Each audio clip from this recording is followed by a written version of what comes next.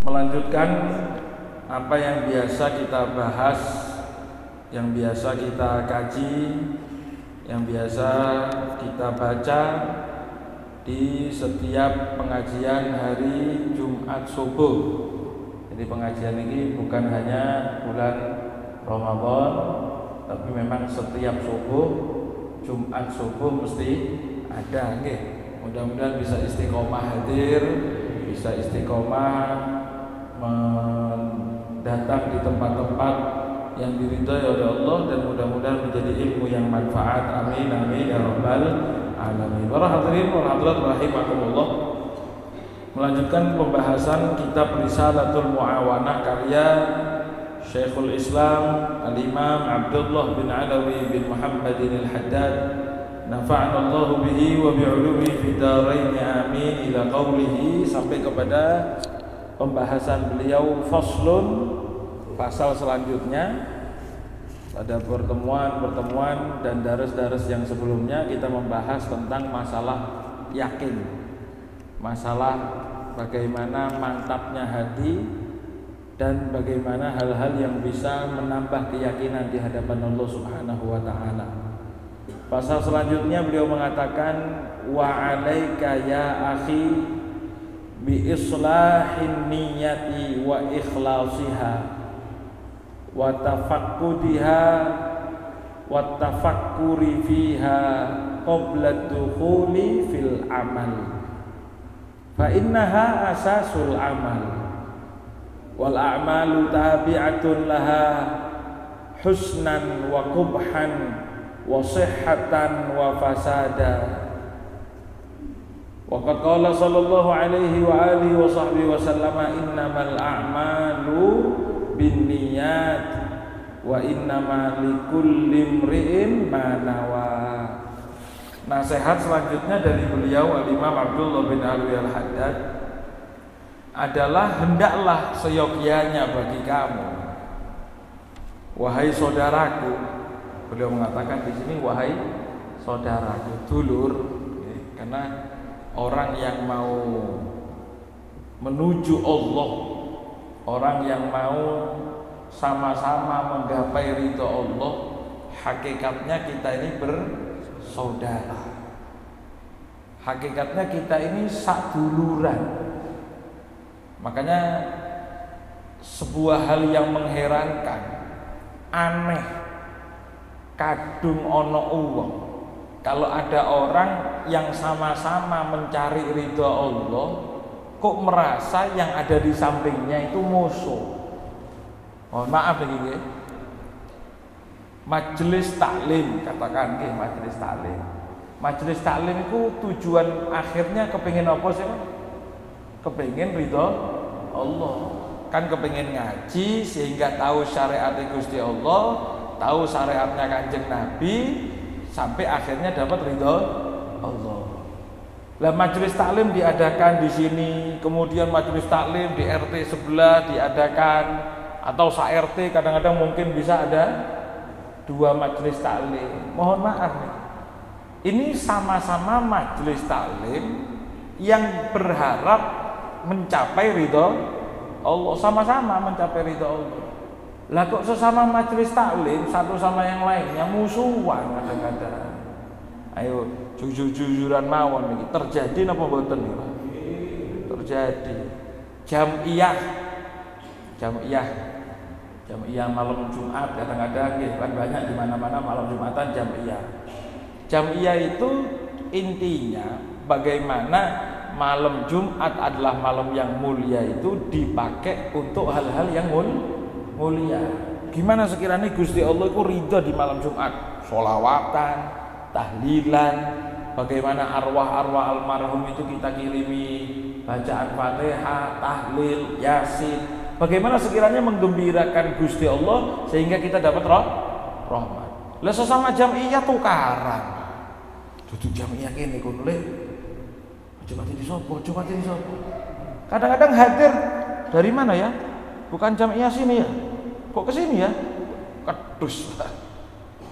Sama-sama majelis sholawatan, baca sholawat, qasidah, ya hanana, ya hana, yang satu wa Rasulullah salamun alaik, sama-sama berharap menjunjung tinggi kanjeng Nabi. Podo-podo sholawatan, sama-sama sholawatan karena beda bendera, tukaran. Kayaknya ndak ada. Mosok? Wih kata beb, tukaran sak musuhan. Sama-sama mengharapkan ridho Allah, sama-sama mengharapkan ridhonya kanjeng Nabi. Gimana kalau musuhan? Kecuali sama-sama cari uang.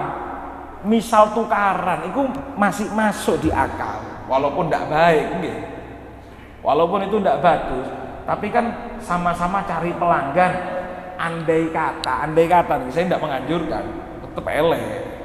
Andai kata jadi tukaran nih, pantes masih. Kenapa? Cari pelanggan. Bu, kalau ke sana, beb, tidak ke toko saya, tukaran masih masuk akal, Pak. Walaupun tetap elek. Kalau gitu boleh tukaran, beb, ya jangan. Tapi masuk akal karena saingan untuk mendapatkan sesuatu yang tidak bisa didapatkan kalau sudah ke yang lainnya. Lah kalau sholawatan kira-kira sholawatan di sana, masuk ke sholawatan di sini, tukaran gara-gara beda bendera. Apa kira-kira sampean mikir malaikat yang ke sana itu tidak mau ke tempat sampean kalau sudah ke majelis sana? Itu malaikat sudah kadung ke sana, beb. Gimana caranya malaikat kita dang? Lah itu kalau ngomong sama malaikat, tidak mungkin. Makanya beliau itu menganggap ya akhi, wahai saudara. Jadi walaupun beda masjid, beda jam'iyah, beda majelis taklim, beda bendera, beda pondok, ngapunten mohon maaf. Alumni pondok pesantren itu baik luar biasa. Tapi jangan gara-gara beda alumni akhirnya itu kan saya alumni sarang, beb. Yang situ alumni pelosok. Tidak bisa duduk bareng, itu tidak bisa. Nah kalau sama-sama seorang santri di hadapan Allah yang sama-sama menggapai ridho Allah, kenapa harus ada nama alumni untuk membedakan? Untuk semakin mempererat satu dengan yang lainnya, monggo pakai bendera, pakai nama ini silahkan. Tapi untuk kehadiran Allah sama apapun benderanya, mohon maaf nih Pak. Saya ketu putih, jenengan yang ketu kopiah hitam. Beda aliran yang bisa bareng ya. Kata siapa? Wong sama intinya itu sama-sama memakai sesuatu menutup yang masuk nutup aurat nih Pak. Nutup auratnya nutup kepala karena itu sunnah. Masuk aurat ini. Nutup kepala sunnah. Mau yang ketu putih, biru, hijau, polkadot, napa malih pun wis pelangi, sama-sama bagus, tidak ada masalah dan tidak perlu menjadi halangan. Ini satu kalimat Pak ditaruh di depan sama beliau, wa'alaika ya akhi, dulur, wah mahal. Jenengan yang mungkin bordiran mukenahnya rokok hijau, di sini kelihatan macam-macam, coklat, kuning, biru, kadang ada tulisannya majelis taklim, wah sabor dirani. Sama intinya bagaimana pakaian ini dipakai menghadap Gusti Allah. Terus ya dulur kanan kiri, kuning, cemeng, hijau, biru, dulur. Okay. Terlebih lagi Pak, bapak-bapak, ibu-ibu, mohon maaf, ini penyakit. Kenapa nih Bu? Penyakitnya ulama. Terang-terangan. Penyakitnya ulama itu kalau ada muncul ulama lain langsung merasa tersaingi. Lah sampeyan iki dodolan apa ngejak umat ke Allah gitu. Kalau jenengan iku dodolan nyari pangsa pasar, nyari pelanggan, pantes tukaran walaupun tetap elek. Lah ada bibit-bibit unggul, ada santri yang pulang dari pondok, kok disuruh ceramah enak. Sini lama cilik-cilik. Wanen kurang ajar. Padahal andai kata ngelama serius, tegur ngelamanya, silahkan marahi. Tapi kadang-kadang ngomong begitu bukan karena apa, tapi karena tersaingi lahannya. Ya itulah namanya kalau agama dijadikan bisnis. Sehingga ayo, sampai saking itu jadi penyakit Pak. Dalam sebuah riwayat sampai dikatakan, andai kalian itu para alim ulama satu dengan yang lainnya menganggap saudara, sama-sama berjuang, tidak ada merasa permusuhan, malaikat itu akan nyalamin jenengan di jalan-jalan, saking mulianya ulama. Cuma begitu, mohon maaf, muncul baru mau maning, metu maning. Yang satu nanti tidak seneng sama ini, yang satu tidak seneng sama ini, yang satu yang seneng sama ini. Wah, itu anwet lulusan Timur Tengah niku. Nah, kalau lulusan Timur Tengah mau lulusan Afrika Pak, kalau sama-sama membawa ridho Allah ya monggo lah, harus biasa. Yang satu udah senang, kiai mana, sisinya Habib mana, mau Habib mau kiai ustad iyo kalau sekalian. Andai kata yang ceramah niku iyo, napa iyo? Cina ada yang ceramah ye nih kenapa? Kan iya sama yuk beda sedikit. Kalau memang ceramah sama-sama menggapai ridho Allah, sama, tidak ada masalah. Tujuannya sama. Malah harusnya kan girang gitu. Makanya panjenengan lihat para alim ulama yang sepuh-sepuh yang luar biasa. Ketika ada santri yang manfaat, itu girang. Malah beliau hadir pengajian kadang-kadang, mendukung. Loh, kok bisa ya? Karena beliau tahu, beliau itu malah ditulungi, berarti untuk ngingu. Kalau memang ngingu di bahasanya gitu. Kalau memang itu membawa umat menuju ke hadirat Allah dengan sebaik-baiknya, berarti kan ada yang muncul baru, berarti nulungi lah, tambah seneng. Masalahnya dijadikan lahan bisnis. Makanya beliau ini nasihat kecil dari Al-Imam Abdullah bin Alwi Al-Haddad. Jadi ayo, kita ini berbeda warna silahkan, selama tujuannya menggapai ridho Allah, harus menjadikan bahwasanya ini kita bersaudara, berarti sama-sama. Bahkan alhamdulillah ditulungi. Ketika ditulungi berarti syukur, alhamdulillah, girang. Kalaupun ada kesalahan-kesalahan, silahkan ditegur kesalahannya, tapi bukan berarti musuhan. Kalau mohon maaf Pak, mohon maaf. Andai kata itu parpol, apa parpol ini? Partai politik, caleg. Kok ternyata wah, itu sudah kadung ikut ke sana, masuk akal karena suaranya berkurang nanti. Mestinya tukaran itu tidak bagus karena rebutan suara. Nah kalau kita ini rebutan apa? Kok sampai tukaran satu duluran gara-gara beto majelis taklim tok? Makanya perbaiki niat. Ketika niat kita itu betul, maka hakikatnya siapapun yang tujuan jalannya sama, mereka adalah saudara. Termasuk dalam bidang usaha. Itu mohon maaf, ini saya lihat fenomena zaman sekarang nih. Travel mungkin yang usaha travel umroh gaya nih. Membawa Anda semakin dekat ke Baitullah. Kalau niatnya asli, travel lain buka podo-podo berangkat ke umroh girang karena semakin banyak orang yang bisa dekat ke Baitullah. Tapi kan tendensinya bukan itu, Pak. Tendensinya duit. Waduh, hilang cicing lama melok kono. Nah, berarti salah niatnya nih. Ya, silahkan apapun, selama tujuannya sama ridho Allah, yang berjalan bersama dengan bendera apapun, nama apapun, mereka adalah saudara. Sallallahu alaihi Muhammad. Nah, kembali ke sini, beliau mengatakan wa alaika ya akhi, wahai saudaraku, mari harus bagi kamu itu apa? Bi islahin niyah, untuk memperbaiki niat. Ayo kita ini niat apa selama ini? Perbaiki niatnya. Wa ikhlasiha, dan bagaimana jadikan niat itu betul-betul ikhlas karena Allah. Ikhlas niku napa, Beb?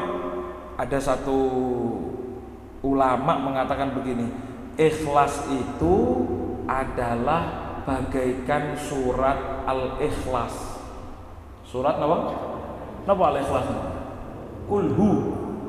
Suratnya namanya Al-Ikhlas, tapi isinya tidak ada kata-kata ikhlas. Maksudnya bagaimana? Jenengan punya tujuan, walaupun tidak kesebut tujuannya, selama sudah sampai berarti wis ikhlas. Saya nyumbang, Beb, kepingin biar dapat pahala untuk almarhum bapak. Takmir kok ngumumkan selip, Pak. Kertasnya jenengan ketumpuk, akhirnya tertaruh di bawah langsung tidak dibaca. Jumatan merengut gak mari-mari. Balik nang omah sumpah ketemu takmir iki mulo sentimen ambisun. Bukan sentimen, ketelesut. Karya tuh mikir sentimen. Ketelesut. Lah andai kata tidak dibaca apa malaikat kira-kira itu tidak tahu gitu. Gering dibaca, pantesan tidak ada catatannya. Ada cok khawatir. Karena malaikat itu standarnya tidak sama manusia. Saya mau tanya contoh nih. Jenengan tahu ada salah satu makom keramat di Banyuwangi nggih? Di daerah Singoturno napa Lateng situ. Napa? Makam Datuk nggih. Datuk sinten? Datuk Ibrahim. Untung malaikat, Pak, bukan Pak Pos. Besok jenengan kalau lewat lagi lihat lagi tulisannya yang besar nggih. Makam keramat Datuk Abdurrahim. Duduk Ibrahim. Selama ini jenengan ngomong apa? Datuk Ibrahim ketika Al-Fatihah cuma ilari Datuk Ibrahim. Endi Datuk Ibrahim? Tidak ada di Banyuwangi Datuk Ibrahim. Lah terus bagaimana, Beb? Jangan khawatir, malaikat yang nyata duduk takmir, duduk Pak Pos. Walaupun jenengan cuma ilari Datuk Ibrahim, Abdurrahim, maning tetap tulisannya nang Abdurrahim, Pak. Karena malaikat itu ikhlas harus begitu. Walaupun salah, tidak kesebut, tidak terbaik, tidak terbaca, tidak terpampang, tapi ketika sudah dilakukan jangan khawatir, semua ada hitungannya di hadapan Gusti Allah. Sallallahu alaihi Muhammad. Okay. Maka kata beliau begitu. Ayo toto niatnya, diikhlaskan, watafakudiha, dan dicari niat itu. Maksudnya apa? Ketika kita lupa untuk niat, ayo tanamkan niat. Dan ini penyakit untuk hal-hal yang biasa dilakukan.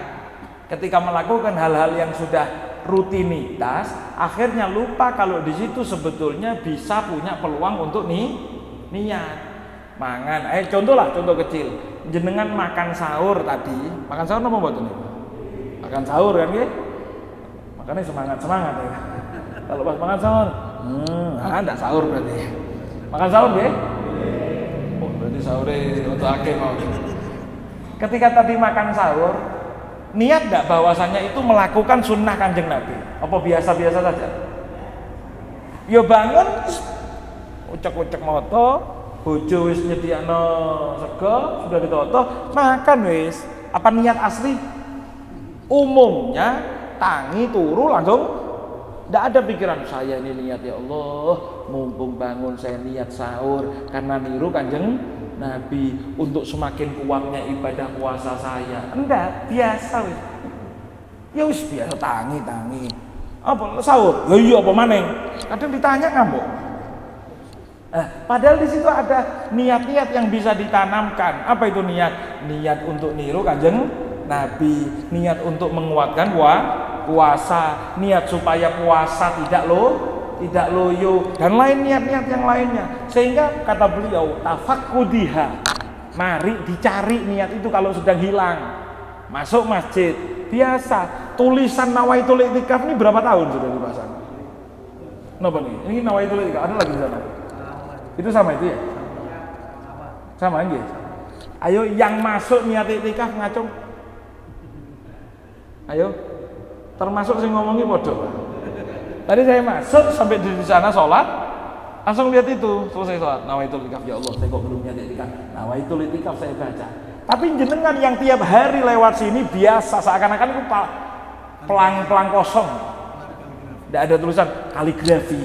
Itu tulisannya apa? Nawaitul i'tikaf lillahi ta'ala nggih. Nawaitul i'tikaf lillahi ta'ala. Berarti kita ini melakukan sesuatu tanpa niat, masuk ke dalam ya biasa, ngelakoni ini biasa. Maka kata beliau, tugas kita ayo mulai sekarang sedikit-sedikit nyari niat. Sudah niat belum?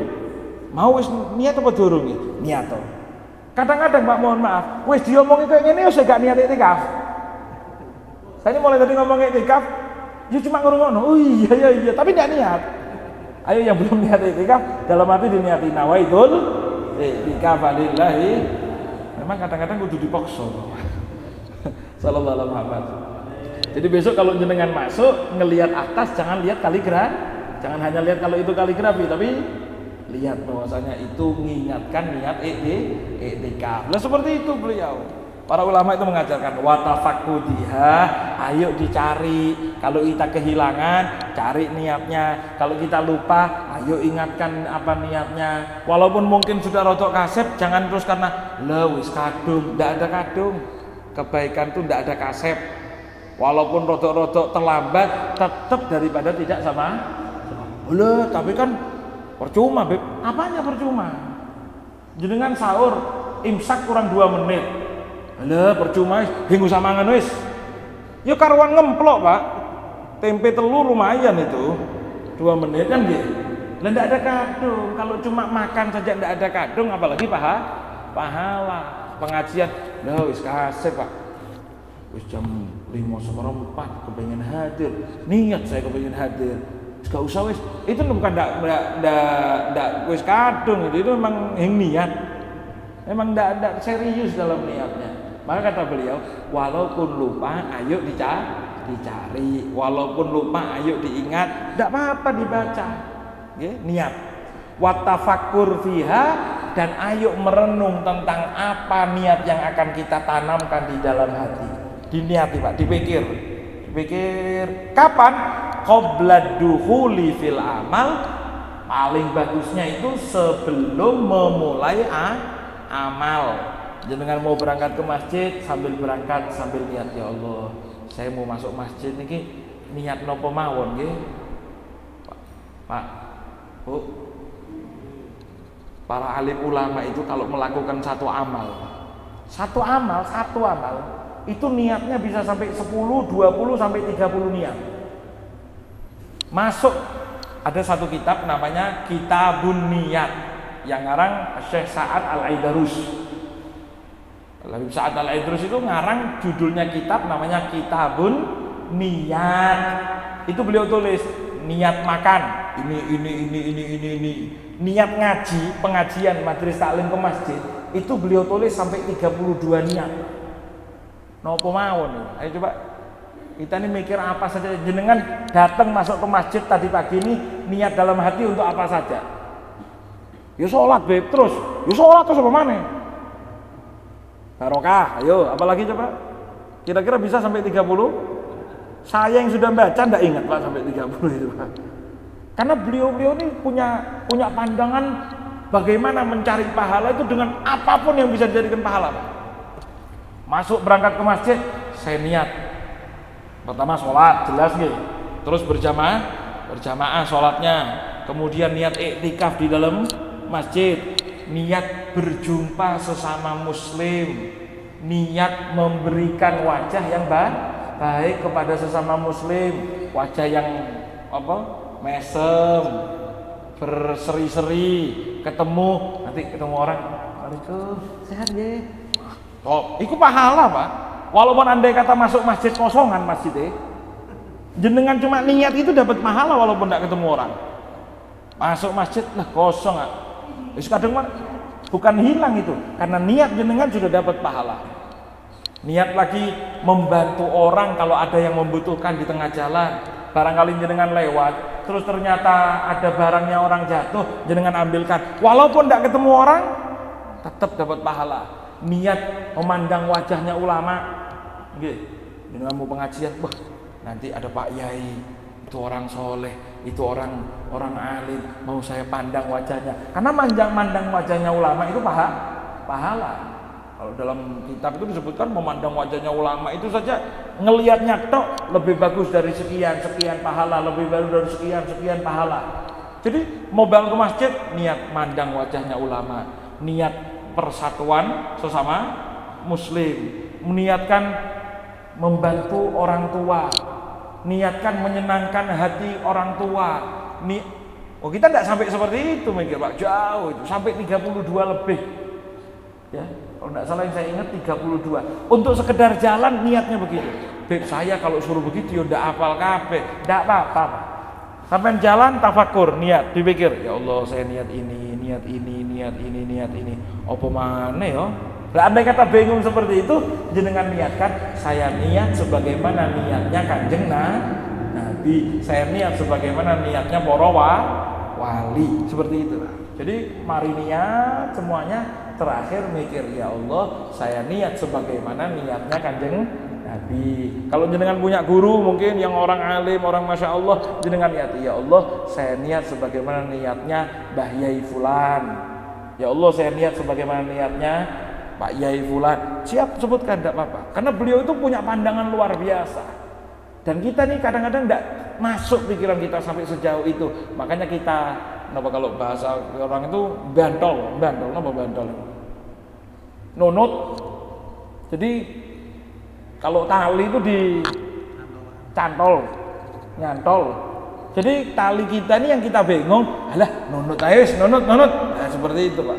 Andai kata tidak bisa sama sekali, mulai awal sudah, ya Allah saya mau ke masjid, saya bingung, ya Allah niat apa mas, wis paranjere Gusti Kanjeng Nabi, sudah apa katanya Kanjeng Nabi, saya ikut saja itu, ya Allah, tidak apa-apa Pak. Karena beliau itu punya pandangan niat yang luar biasa. Makanya kata beliau, ayo, kenapa? Fa innaha asasul amal, karena niat itu adalah pondasinya sebuah amal. Ketika amal kita itu di dalam pondasi yang kokoh, andai kata amal itu bahan bangunan, semen dan batu itu adalah niat. Kalau bangunan itu didasari dengan pondasi yang kuat, pondasinya apa Pak? Kalau orang bangun rumah itu pondasi berapa meter? Ya, paling setengah meter cukup rumahnya. Kadang-kadang ada yang tidak pakai pondasi, omai gede. Tapi kalau pondasi, saya punya pondasi 5 meter, pondasi itu 5 meter. Sampai mau bangun berapa lantai? Kan mesti tanyanya begitu gitu.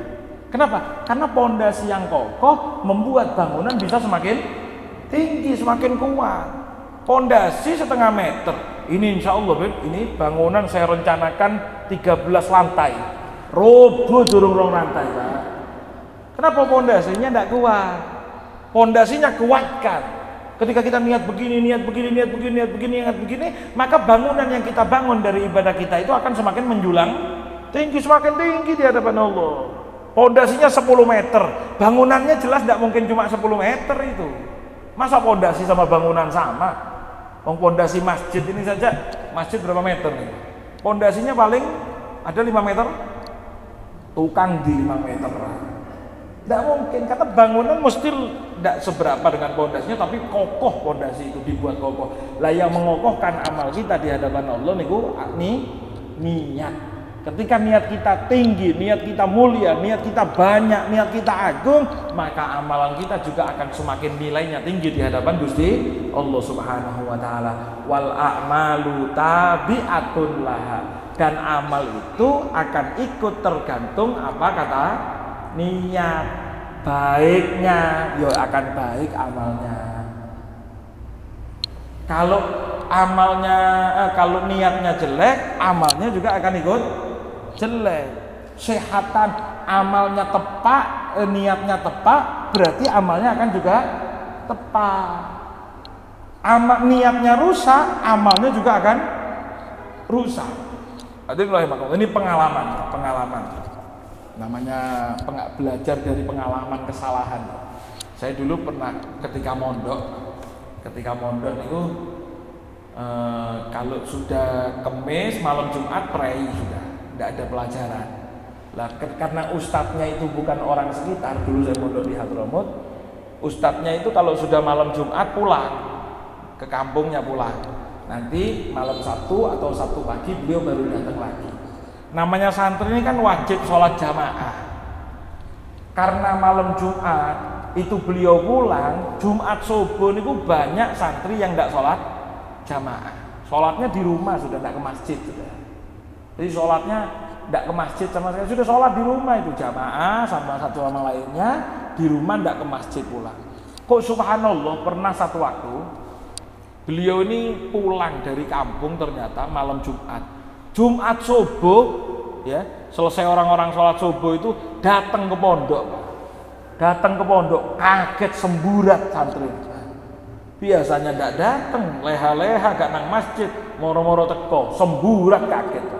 Masuk ke kamar salah satu santri, kemudian santri itu ditanya, niat sholat subuhmu gimana? Sudah sholat? Sudah. Niat kamu sholat subuh tadi gimana? Nawaitu usolli fardhos subhi rakaataini lillahi ta'ala. Salah. Boh, gimana kok salah? Wong saya mulai dulu belajarnya begitu. Coba ulangi. Nah, usolli fardhos subhi rakaataini mustaqbilan qiblat dan ma'muman lillahi ta'ala. Salah, bohong, ngawur. Beb, betul kan Ustaz? Salah. Sampai terakhir sudah kita nih mempeng di salahno, apa kata beliau? Harusnya begini, nama beliau itu Soleh, Ustadz Soleh. Beliau ngomong begini, harusnya niatmu itu gini, usolli fardhos subhi rakaataini mustaqbilal qiblati li Ustadz Soleh. Tinggal sama beliau. Cuma ngomong gitu doang. Kenapa? Karena ternyata berangkatnya kita ke masjid selama ini bukan lillahi ta'ala, tapi karena takut sama guru, sama Ustadz Soleh ini. Berarti ketika beliau tidak ada, jadinya kita tidak ke masjid. Makanya dikatakan di sini, niat itu mempengaruhi amal. Ketika niatnya baik, amalnya pasti baik. Kalau niatnya memang asli, amalnya pasti asli. Kalau niatnya karena Allah, ada guru, tidak ada guru, ya tetap nang masjid. Tapi ketika guru pulang, bukan karena Allah amal kita, maka amal kita tidak mungkin ke masjid. Ya sama. Oh, tapi saya kok tetap ke masjid? Berarti terpaksa. Apa yang membuat ke masjid? Pasti ada tendensi lain. Itu omongan beliau tidak ngamuk, tidak apa. Cuma tanya begitu toh. Coba niat kamu. Ketika sudah terakhir beliau ngomong, bukan lillahi ta'ala, li Ustadz Soleh. Ditinggal. Itu pukulan. Kenapa? Ya Allah, berarti selama ini kita tidak lillahi ta'ala. Lalu saya mau tanya Anda, kata Jumat-Jumat itu, jenengan pengajian hadir Jumat itu karena kepengen ngaji apa karena perai belanja? Hah? Karena keperai belanja. Ya andai kata itu dilereni Pak 2 minggu perai belanja, sepi langsung. Karena bukan lillahi ta'ala tapi li perai belanja. Ini ada perai belanja dulu? Ada. Ada, alhamdulillah. Lah, harusnya bagaimana? Tetap lillahi ta'ala. Andai kata kok keluar, ngono perai belanja dan gerundeng sampai rumah, itu biasa, ya sudah, alhamdulillah. Insyaallah Jumat depan insyaallah ada lagi. Keluar ada, alhamdulillah, dapat pahala, dapat perai belanja. Itu berarti niat itu tertoto. Kenapa? Tergantung niatnya. Ya. Ayo mulai sekarang ditoto niat kita. Niat kita hadir pengajian untuk apa? Oh, Beb, karena perai belanja. Sudah, perai belanja ku mandek, amal yo mandek. Tapi mudah-mudahan perai belanja ini lanjut terus semakin makmur nggih. Yang memberikan fasilitas, yang nyumbang semuanya ditambah rezekinya oleh Allah, panjangkan umur, dijaga keluarganya, dijaga anak-anaknya, dan semua yang ikut andil dalam keberlangsungan pengajian-pengajian yang ada, keberlangsungan masjid, pendirian masjid, keberlangsungan semua fasilitas pembangunan masjid, mudah-mudahan diganti dengan berlipat ganda oleh Allah Subhanahu wa taala. Amin ya rabbal alamin. Mudah-mudahan niat kita dibetulkan oleh Allah Subhanahu wa taala. Nih, masih kurang 1 menit lagi. Rasulullah Shallallahu alaihi wasallam beliau bersabda dalam sebuah hadis, innamal a'malu binniyat. Sesungguhnya amal itu tergantung daripada niatnya. Jadi niatnya baik, amalnya jadi baik. Niatnya banyak, amalnya nilainya juga banyak. Sama-sama sholat ke masjid, niatnya 1 tok, sama yang masuk niatnya 10. Sama sholatnya, sama lamanya, tapi beda pahalanya. Walaupun sama amalnya, yang membedakan adalah niat. Saya mau tanya, orang yang mandi subuh-subuh, mandi subuh nih, mohon maaf, yang mandi subuhnya karena mandi besar, sama yang mandi subuhnya karena tadi malam keringetan. Waduh, gebles subuh-subuh, apa namanya, sumuk, liket kabeh, was, mandi Pak.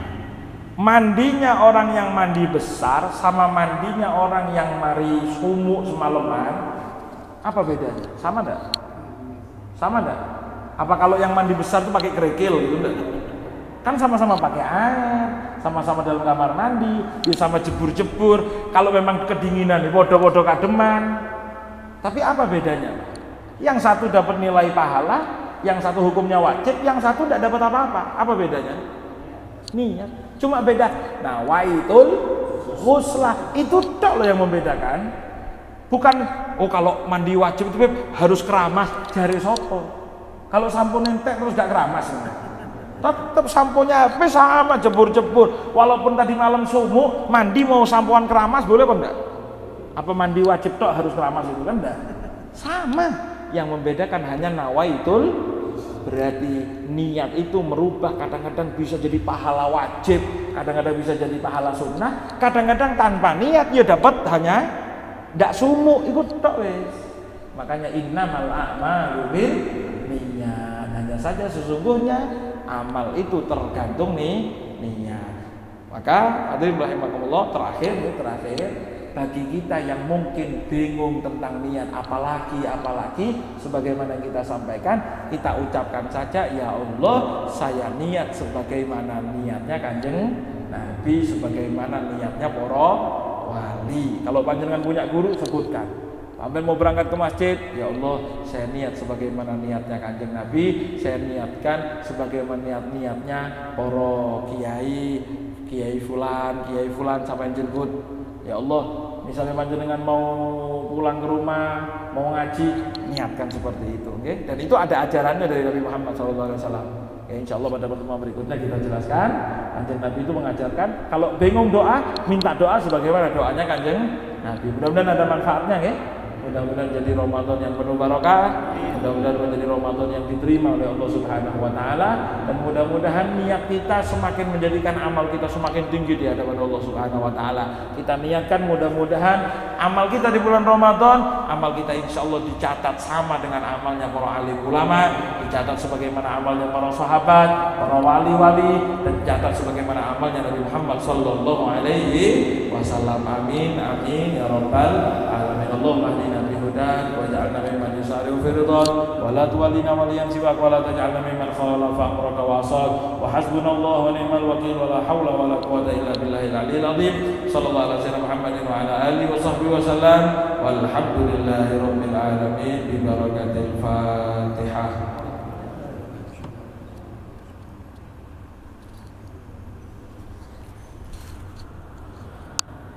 Wassalamualaikum warahmatullahi wabarakatuh.